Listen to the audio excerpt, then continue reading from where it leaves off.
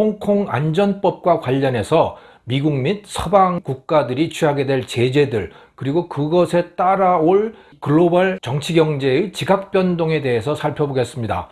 시진핑과 중국 공산당에게 홍콩은 목의 가시 같은 존재입니다. 이 시위대가 독립을 요구하는 지경에까지 이르렀습니다.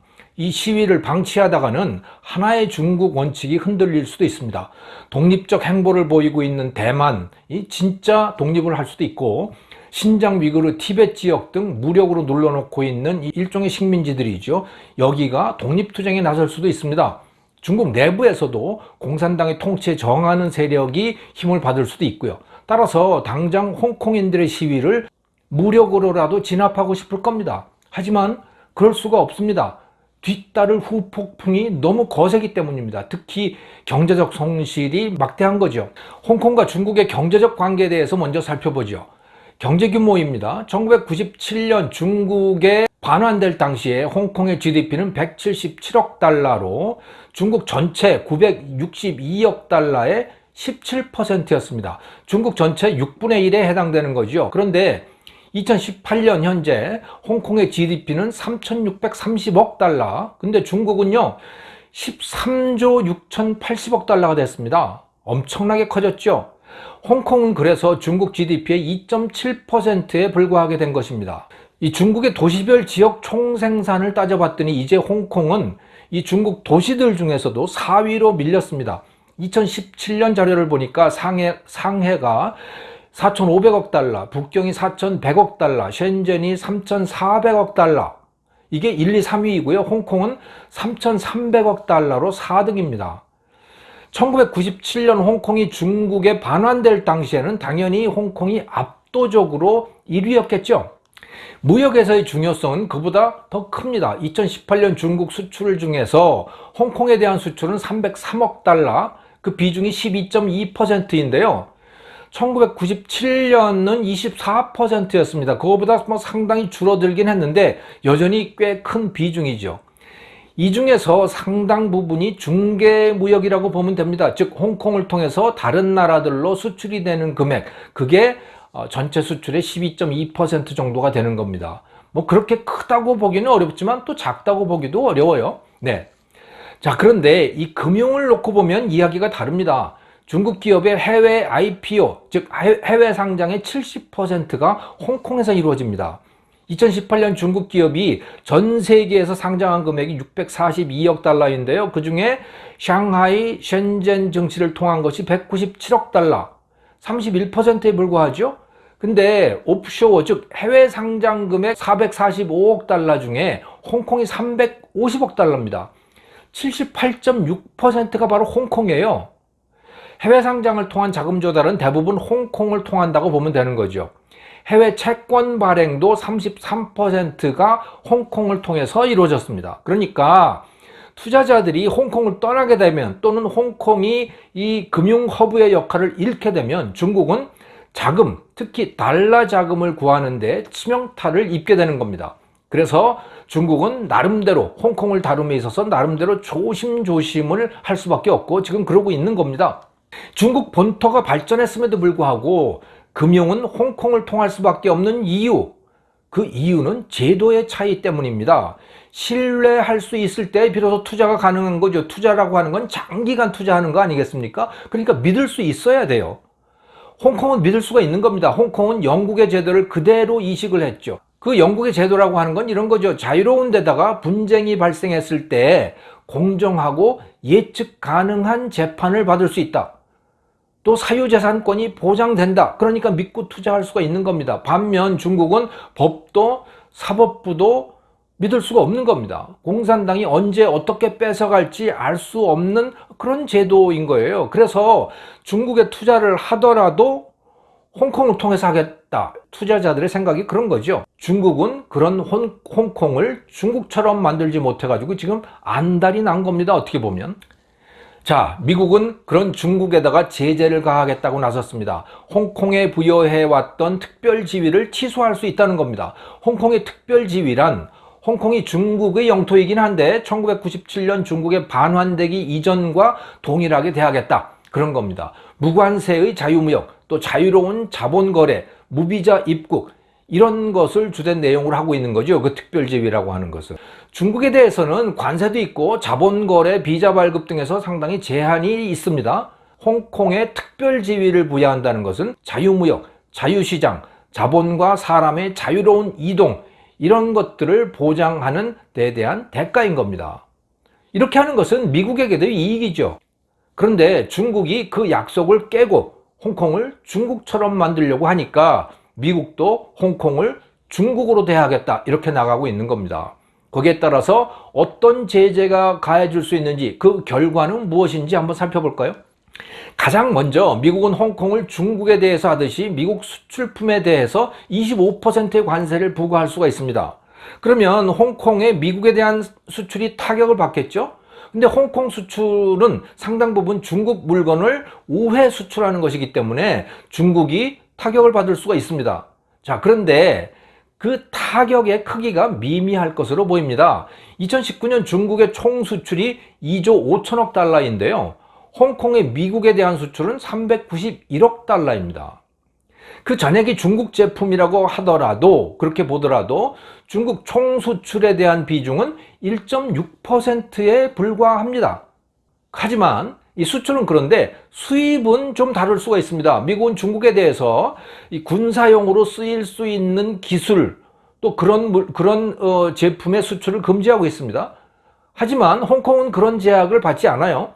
그러니까 중국이 아마도 이와 같은 루폴, 이런 구멍을 이용하고 있을 가능성이 있는데요. 그것을 미국이 막아버린다면 중국이 어느 정도 곤란한 지경에 처해질 수도 있죠. 하지만 그 타격도 큰 타격은 아닐 것으로 보입니다.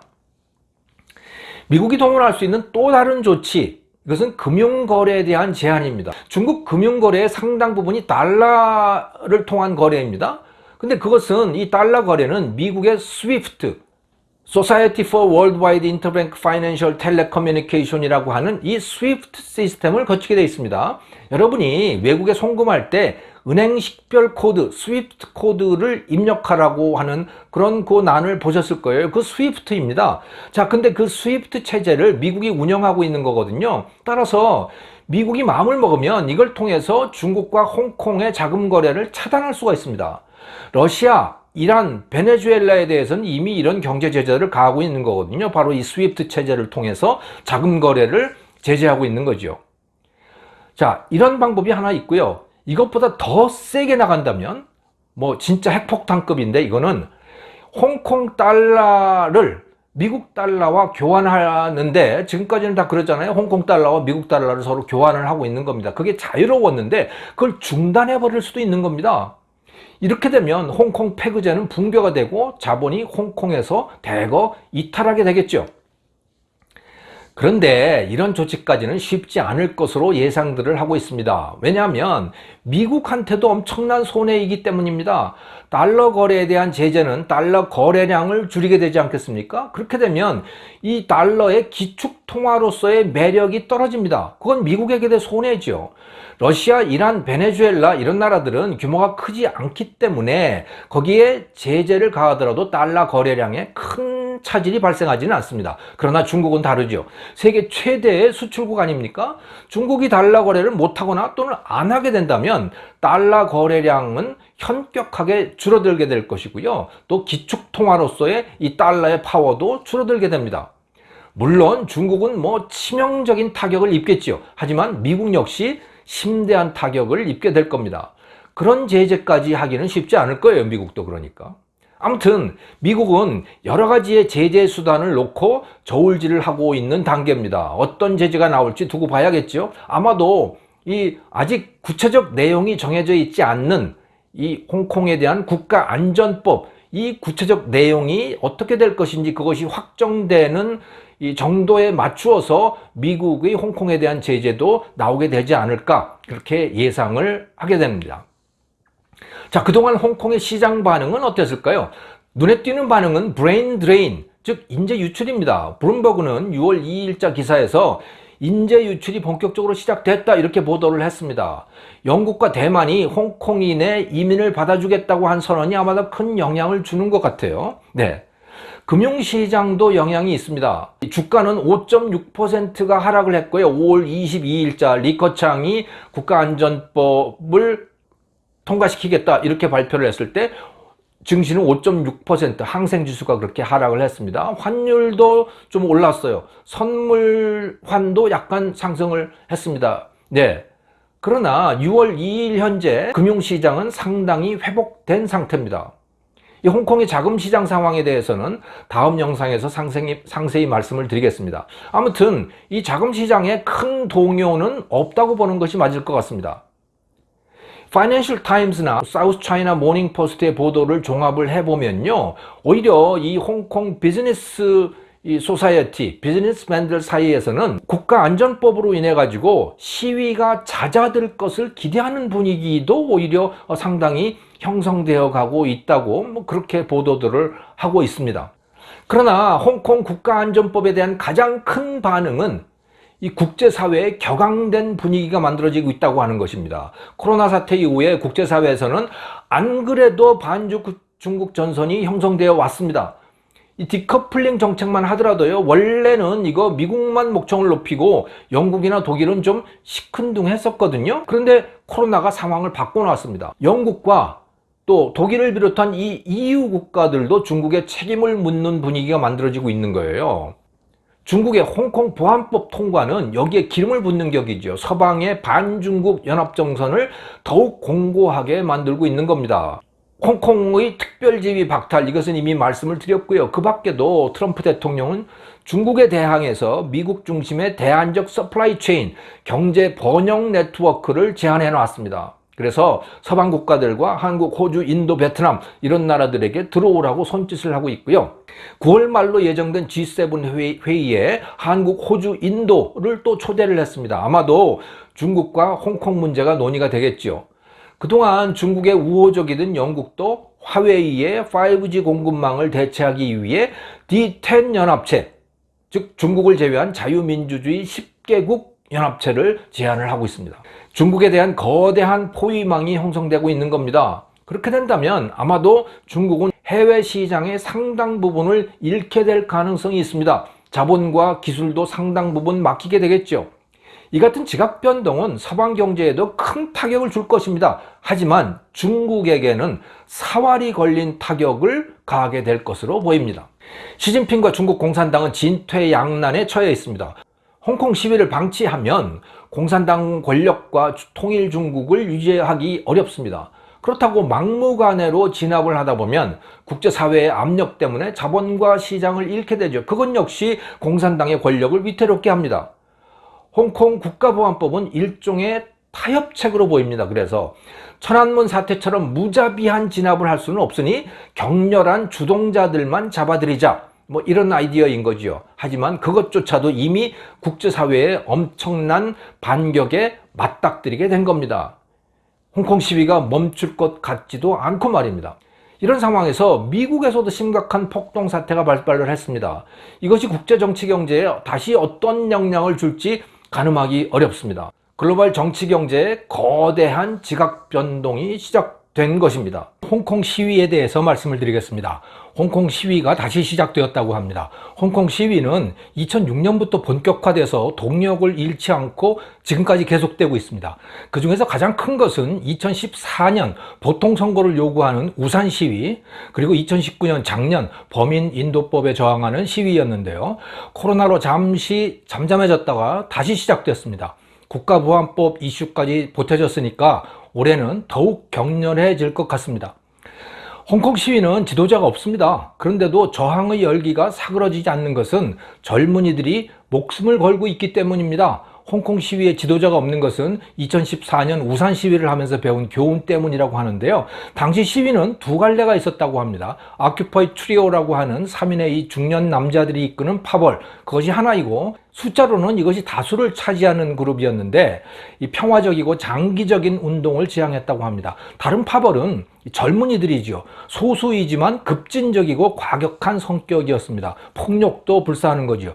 이 두 파벌은 서로 대립을 했고 결국 운동도 실패했습니다. 아큐파이 트리오 멤버를 비롯한 많은 주도자들이 잡혀 들어갔다고 합니다.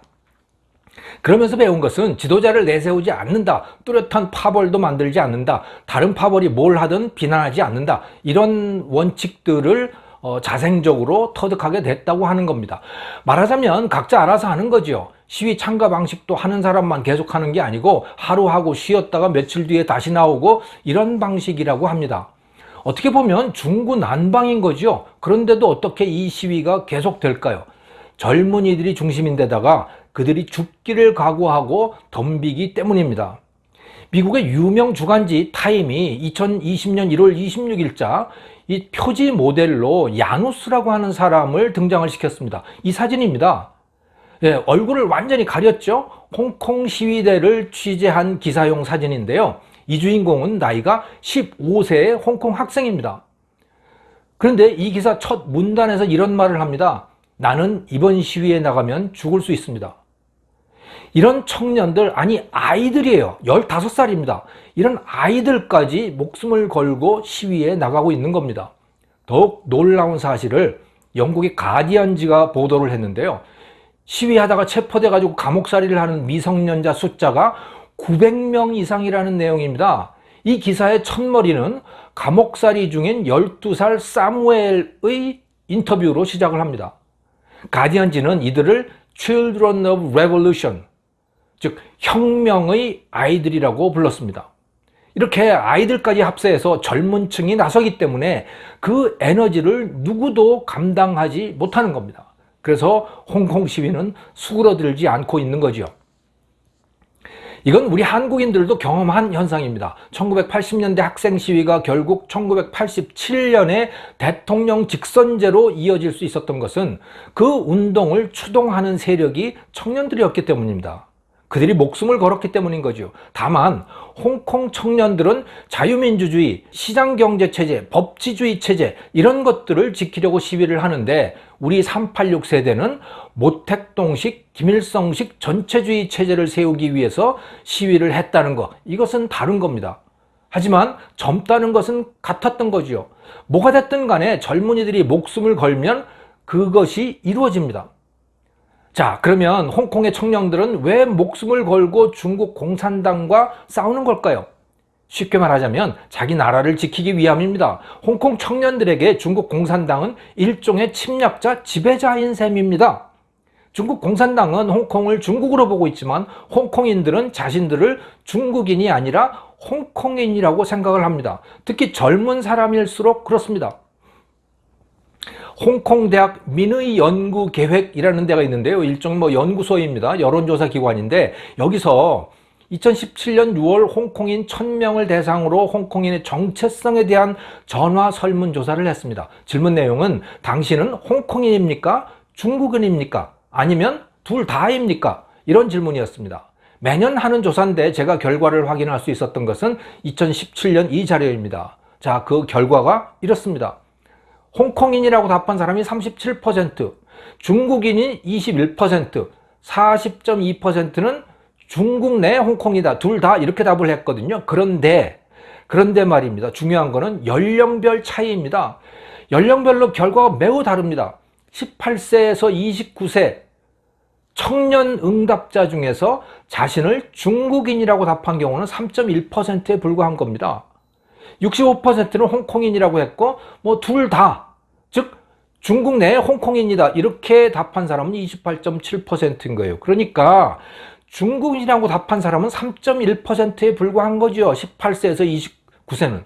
아마 어릴수록 더 그런 것 같습니다. 즉 젊을수록 중국인이 아니고 홍콩인이다 라고 하는 자기의 정체성을 가지고 있는 겁니다. 나이가 많을수록 중국인이라는 답이 많이 나왔습니다.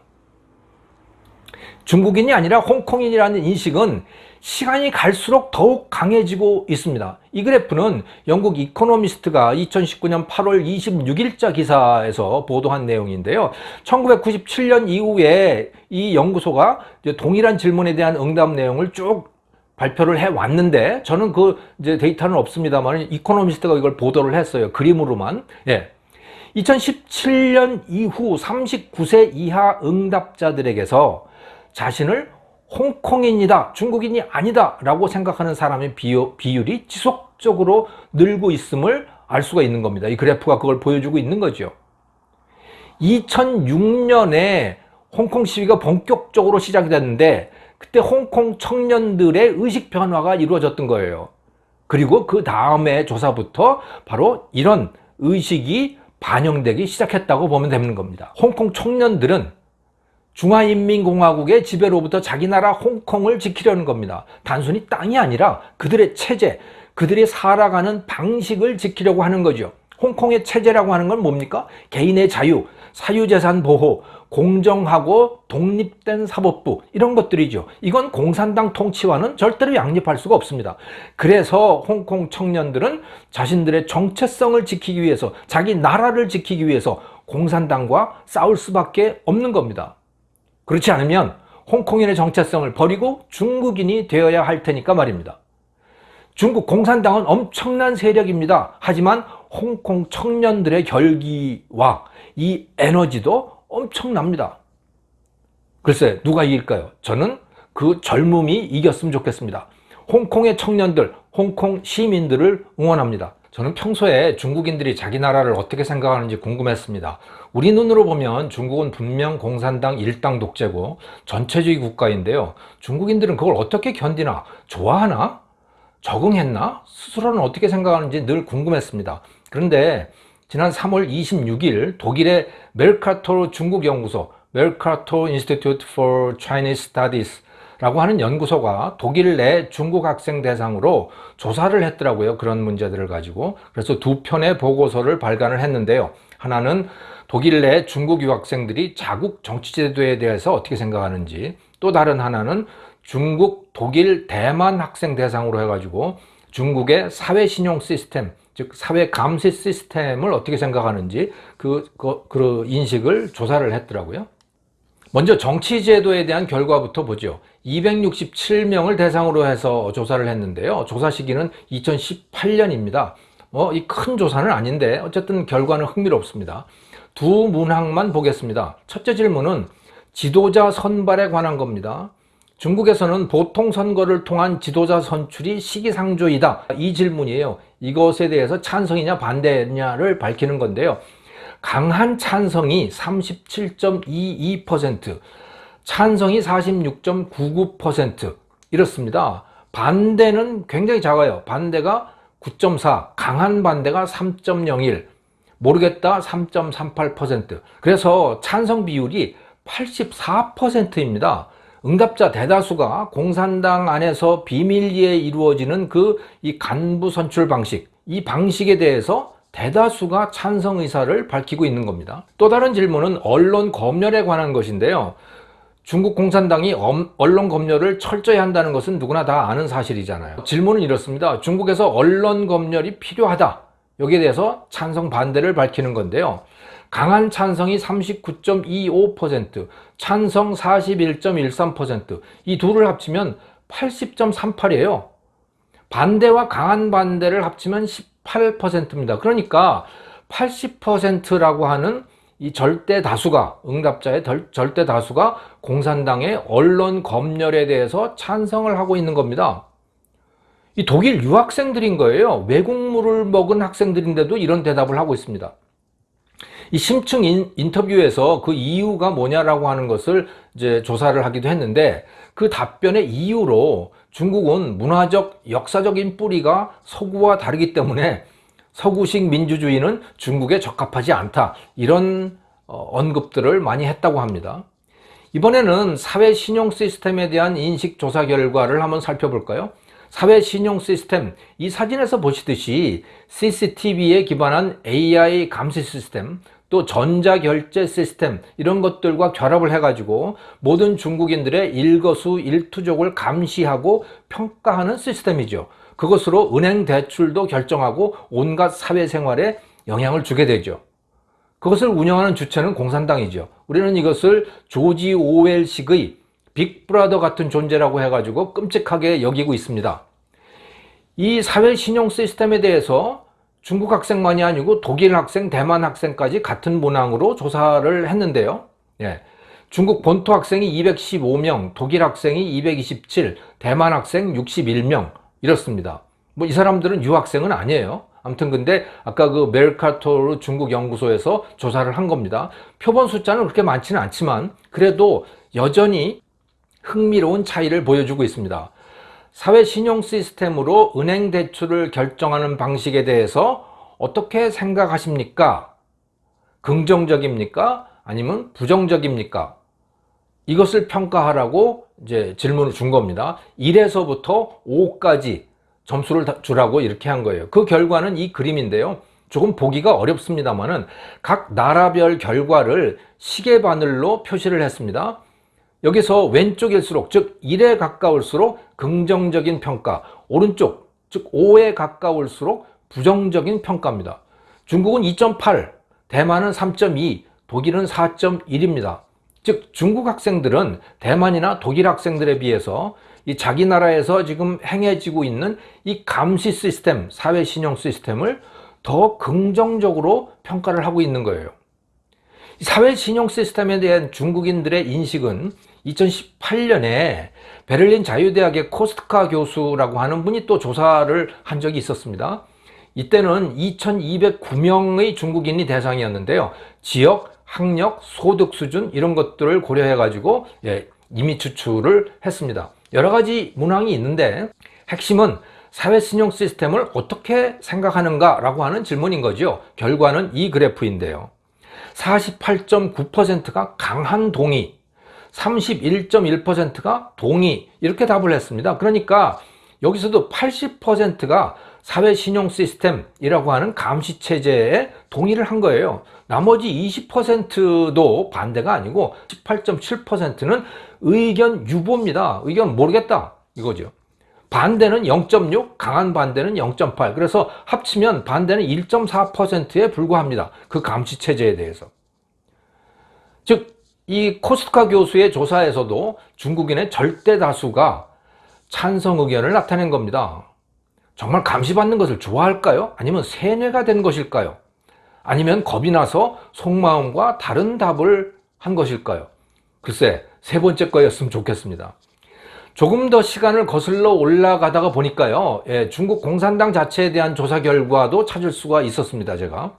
World Value Survey라고 하는 것, 세계 가치관 조사라고 하는 것인데요. 세계 가치관 조사협회라고 하는 이 세계적인 네트워크 조직이 있습니다. 여기서 주관을 하는데 이 본부는 오스트리아에 있습니다. 중국인 대상 조사는 2013년에 2300명을 대상으로 이루어졌습니다. 문항이 200개가 넘는 방대한 조사인데요. 똑같은 문항을 가지고 여러 나라들을 조사를 하는 겁니다.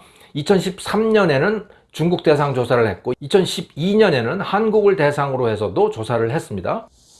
문항이 200개가 넘는 방대한 조사이지만 그 중에 공산당 또는 중국 정권과 관련된 문항 3개만 살펴보도록 하겠습니다. 첫째는 공산당에 대한 질문입니다. 정당을 얼마나 신뢰합니까? 라고 하는 문항인데요. 중국에 여러 정당이 명목상으로 있긴 하지만 실질적으로는 공산당밖에 없잖아요. 거기에 대해서 신뢰한다 또는 신뢰하지 않는다 라고 하는 것을 답을 하면 되는 겁니다. 근데 결과는 이 그래프입니다. 매우 신뢰한다가 27.3%, 신뢰한다 47.2%, 둘을 합치면 74.5%예요. 그러니까 중국 공산당에 대한 신뢰가 74.5%인 거죠. 신뢰 안 한다는 11.8%밖에 안 됩니다. 중국 공산당을 신뢰한다는 답이 압도적인 거죠, 중국인들은. 자, 중앙정부를 신뢰하느냐는 질문도 있었습니다. 중국의 중앙정부란 물론 공산당 정부인 거죠. 강한 신뢰가 37.3%, 꽤 신뢰한다가 46.9%, 합치면 84.2%입니다. 역시 신뢰한다는 답이 압도적인 거죠. 저에게 가장 놀라운 결과는 민주주의에 대한 문항이었습니다. 자국, 즉 중국이 민주적으로 통치되고 있는가라고 하는 질문인데요. 응답자는 1부터 10까지 중에서 하나를 고르는 겁니다. 1은 전혀 민주적이 아니다. 10은 완전히 민주적이다 라고 하는 거예요. 그 결과가 바로 이 그래프인데요. 평균을 내니까 6.43이에요. 2012년에 한국에 대한 조사에서도 똑같은 문항에 대한 조사가 있었거든요. 같은 문항에 대해서 한국인들은 5.87이었어요. 평균이.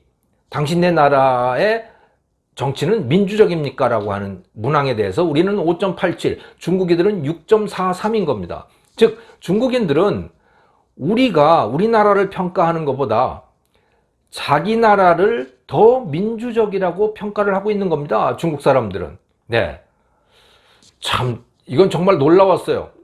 중국을 스스로 민주적인 정치를 하고 있는 나라로 받아들이고 있는 것이죠. 저는 중국을 보면서 저렇게 감시를 당하고도 어떻게 계속 참고 사나? 그래도 언젠가는 우리나라처럼 민주화가 되겠지. 막연히 이런 생각을 해왔습니다. 그런데 이런 조사 결과들을 놓고 보면요, 그냥 거기에 적응들을 한 것 같아요. 외국 유학생들 대상 조사 결과도 다르지 않으니 참 정말 놀랍습니다. 이런 조사 결과를 보면 가까운 시일 안에 중국이 자신들의 의지에 따라서 민주화될 가능성은 매우 희박해 보입니다. 사실은 우리가 걱정이죠. 중국의 전체주의 체제가 계속되고 더욱 공고해지면 그만큼 그들의 위협, 또 그들의 동조하는 우리 내부 세력의 위협으로부터 우리의 자유민주주의를 지켜내는 일도 버거워질 것 같으니까 말입니다. 오늘은 경제 이야기는 아니지만 꼭 필요한 이야기, 중국인들이 중국을 어떻게 바라보고 있는지에 대한 조사 결과를 말씀을 드렸습니다. 감사합니다.